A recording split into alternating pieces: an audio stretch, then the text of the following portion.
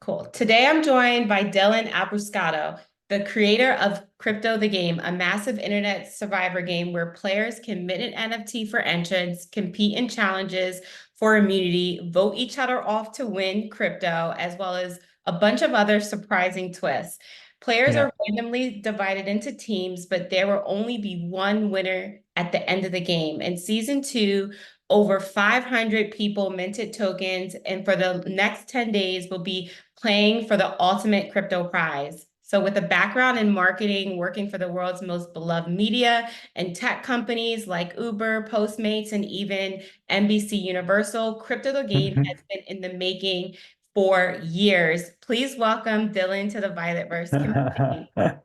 Thanks so much for having me. It's great to be here. 800 players for season two. Yes. Okay. But I wasn't sure. So I was like, okay, is it like I said over 500 just to, yeah, yeah, yeah, but yeah. while we're recording this, about how many players are remaining? 500? 570 are remaining. Oh my Everyone's kind gosh. of right now actively deciding who they're going to vote out tonight in the different tribes. Oh my gosh, that's awesome. So just to do a little backtrack, because the Violetverse community, we're about like media writers. We come from the fashion and kind of beauty space. Nice. What can you tell us about Crypto the Game? Like, how did you get started? I know this has been years in the making. Yeah. Just break it down for us knobs. Yeah, so I know you mentioned NBC, so I started my career in TV, and honestly, I've just been like a huge fan of live TV, reality competitions, game shows, like my entire life. I grew up an obsessive Survivor fan, always wanted to be on the show, and I think it's just like one of those things where I always wanted to play a version of it online with my friends. Almost stumbled upon tech by way of HQ trivia. Mhm. I'm not sure if you remember HQ, but it was a live mobile game show. It went pretty bonkers viral in like 2018, 2019, but joined that for kind of the grand vision of the future of live TV. So, in the same way that HQ took a traditional TV game show and made it live and mobile and interactive, the same could have and should have been said for a talent competition or a dating show or a Shark Tank format, in my mind, Survivor. So, fast forward to now, and for the first time, I was able to like properly sit down and build this thing. But at the highest level, it's basically a live, interactive online Survivor game. I love that. And I think like Yeah, today, like in today's reality TV, what has been really hitting people is like these traders of the world, like that sort of gaming and reality television is really super interesting and people are actually loving it. So yeah. I guess my next question is like what type of planning went into like crypto the game? Like did you like what was your writing process like? Yeah, honestly, it's kind of just like this thing that's been in the back of my mind for my entire life. Like growing up, played this like CD-ROM game called Survivor Ultimate on my computer every day. This is probably like right around the time of season two, so like I don't know, early 2000s. And you competed in like the most rudimentary challenges on this computer game, like tic-tac-toe and things like that. And then you chose which cast member to play as, and you voted people off. So like, pair that with like different video games like Animal Crossing where you can like go like visit each other and like play with your friends. And Mhm. I don't know, I just like honestly since I was a kid have like envisioned this world in which you could play a version of Survivor or Hunger Games or Squid Game like online with your friends. Yeah, there was really no writing process. It's kind of just like been very clear in my head, and I think that that's why it's resonating so well with people. It's because I'm just basically building the game that I always wanted to play versus like sitting down and thinking like, oh, I should, build a crypto game or I want to build a video game. And like, um, I don't think it would have had the same success if I like came to it from with that mindset.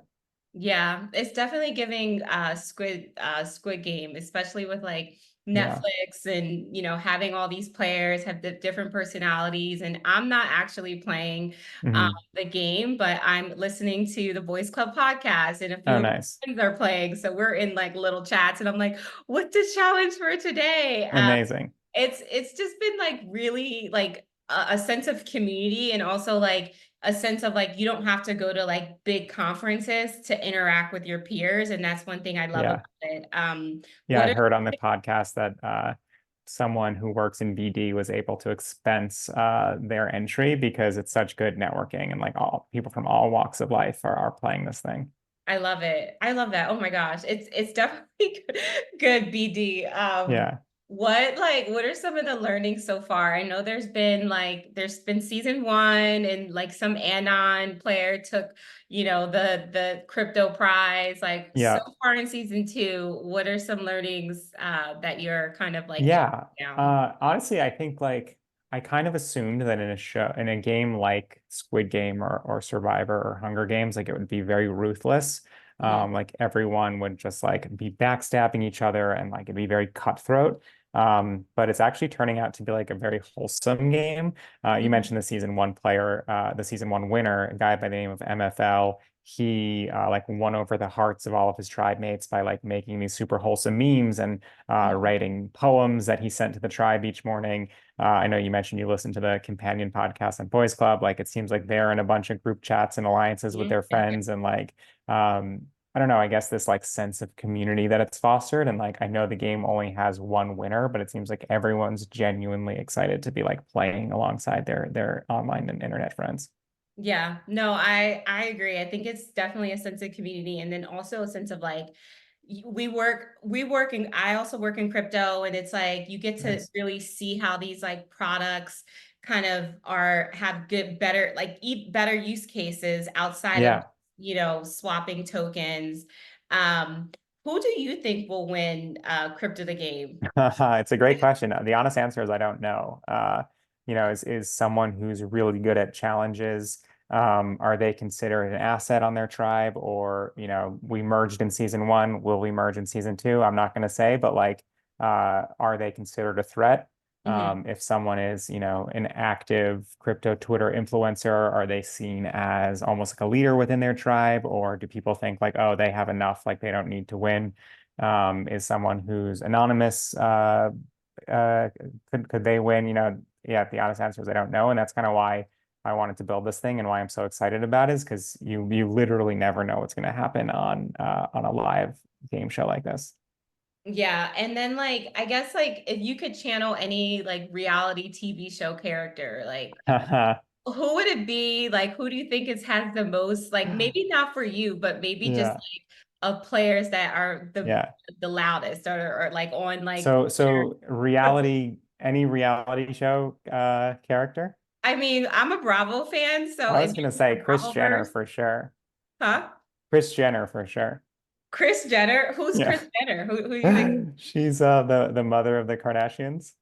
Yeah, okay, so you're Chris Jenner, you're channeling Chris Jenner. Yeah, you're definitely channeling Chris Jenner. You're just like, Just like I feel like she's like an iconic entrepreneur and has like created incredible brands like for all of her kids and yeah, I'm a Chris stan for sure. okay, momager. That's so I love that. Do you Yeah. think like in next seasons to come, do you think other like are there any celebrities playing? Like, Yeah, for sure. So Blau, who's a DJ, he's playing Justin okay, Blau. He played season one as well. okay. I don't know what you consider celebrities, but like Jesse Pollock from Base is playing. Yes, he's Uh, our crypto celebrity. yeah, tons of crypto celebrities. A bunch more that are playing anonymously that I can't disclose. Okay. But yeah, it's been wild to see kind of like founders, creators, influencers, but also just like fans of crypto. If you count Natasha and Dina from Boys Club as celebrities, they are playing. But yeah, definitely more so like folks that are very active in the crypto space. Yeah. I agree. And then for anyone that's like not really like active on Twitter, these are people that have really massive influence, are really just like top notch in their like ecosystems. And I do feel like once because you're bringing in not just like different ecosystems and people, but within the challenges, you're also kind of sharing what these platforms do. So I could definitely see in like seasons come, like so many other like industries will be getting involved. Um, Yeah. That's What the are goal. some like key gamer personas? I know that we kind of chatted about the anon versus like the influencers. Are there any other like Yeah. personas that you think are I mean, there's definitely a huge range of like the types of challenges that we have. So some of them are crypto puzzles, some of them are digital scavenger hunts, some of them are social challenges, some of them are like classic arcade games or like nostalgic mobile phone games. Mhm. And the goal with that is to basically give like everyone the chance to be good at a challenge. Just because you're really good at puzzles doesn't mean you're going to be good at the arcade games and vice Right. versa. But at the end of the day, like first and foremost, this is a social game. Like I think you really need to, not put a target on your back. You need to play a game that's like well respected. You can't just backstab your way to the top. So I think like everyone assumes because it's called Crypto the Game that it's a video game, but I think it's so much more like a live interactive reality show. Yeah, you definitely have to like use your interpersonal skills and like Yeah. if you do if anyone's listening to like Boys Club podcast, which is the companion pod, you will see like there's Didn't already even realize some I'm wearing my things. boys club hat. Yes, yes, we love Boys Club over here. You'll already see like just like drama going into the different teams and stuff. Oh, so much drama. And it has, honestly, it hasn't even started yet. Yeah, and this is only day five, or the end of day five. So we have 5 more days. Yeah, we're about halfway there. Everyone's still in their original tribes. Like people Uh, are, everyone's, there's good vibes going around, but, you know, there are definitely some twists coming. So we'll see how it goes. oh my gosh, you heard it here first. Yeah, like what percentage of like do you know the percentage of like knobs versus like degen breakdown? Like Yeah, people yeah. buy wallets, like what are you seeing on like on Yeah, so rough estimates is that like 10 to 15% of players, like this is their first crypto experience. Either they played HQ Trivia and had been following along to see what I was up to next, or they're fans of Survivor or Deal or No Deal or Squid Game or Hunger Games and like happened to see it on Twitter and like wanted to check it out. right? Or they're, just friends or friends of friends that have heard about this and hadn't, used crypto before.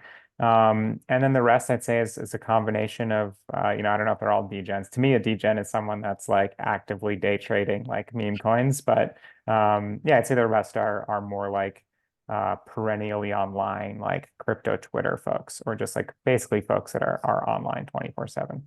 I love that there's like some crossover within like the traditional world, like the survivor folks, people that are just like really interested in like gameplay. Um, Yeah, it's honestly a game for everyone, which is fun. and like I guess this is a more technical question, like how many ecosystems are kind of active right now? Because I know it's Ethereum, you had to mint your NFT on like Ethereum. So like what other Yeah, so the NFTs were built on Base, which okay. is an Ethereum L2. Yep. That's basically the extent of it from like an ecosystem standpoint. Hmm. We have done sponsored challenges already with Lens and with Wormhole. Hmm. For the Lens challenge, folks were basically like interacting with all of the different platforms within the Lens ecosystem. So you hopped onto Orb, you claimed your bonsai, you went on to Hey, like all these different kind of like platforms within Lens, which was super exciting to see.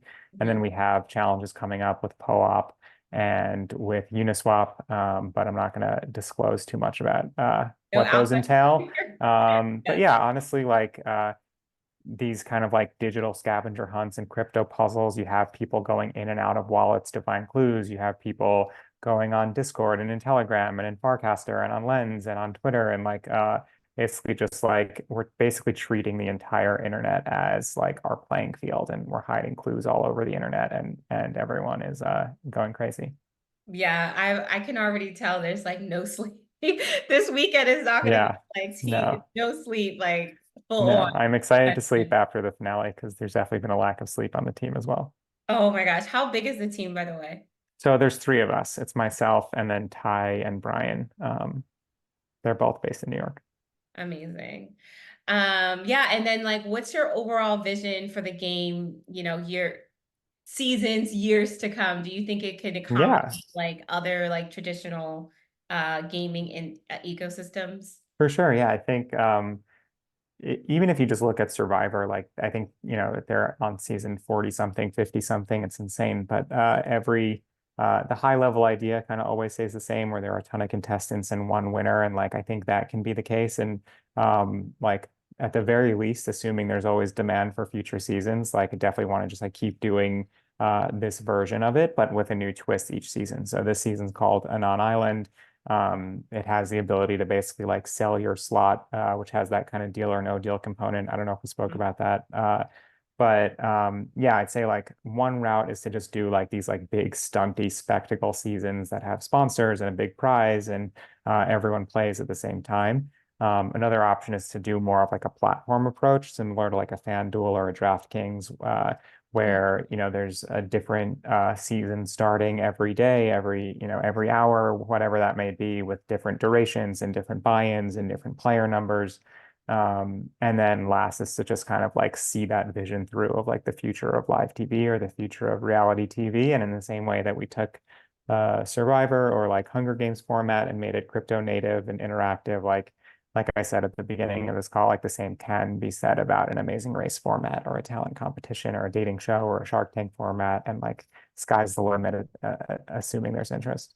Yeah, I would love to see like some type of dating element component where you're like you match with someone and then Yeah, you we have to shall play see. with them throughout the game and then whoever like sticks it out, they get married.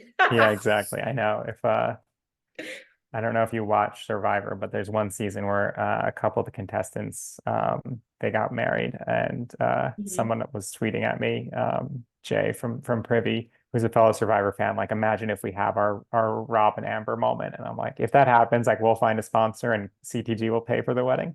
Yeah, Uh, exactly. Like we need to go beyond the bachelorette, beyond him, yeah, yeah, like yeah, and like exactly. really put it like, where's my king? Where's my queen type of But yeah, um for now we're just having fun. Honestly, it's been so amazing to see the reception. yeah, no, I'm excited just to see like just to be an onlooker. And I feel like, I don't know, would you consider like some type of audience engagement? Yeah, I mean, there's a spectator mode now, so I don't know if you've played around with it, but you can watch the challenges, you can Okay. watch yeah, you can watch the voting periods as they're happening, see who's getting votes cast for them, who's safe, Yeah. who's at risk, things like that. But yeah, sky's the limit in terms of where this thing can go. Okay, last question. Advice for the people, the last players standing. What's some Oh, advice? God, I don't know. I would say that like be nice. That worked for MFL season one. Everyone really liked him. But yeah, don't make any enemies because at the end of the game and on the finale, everyone that was previously eliminated comes back on and casts their votes for the winner.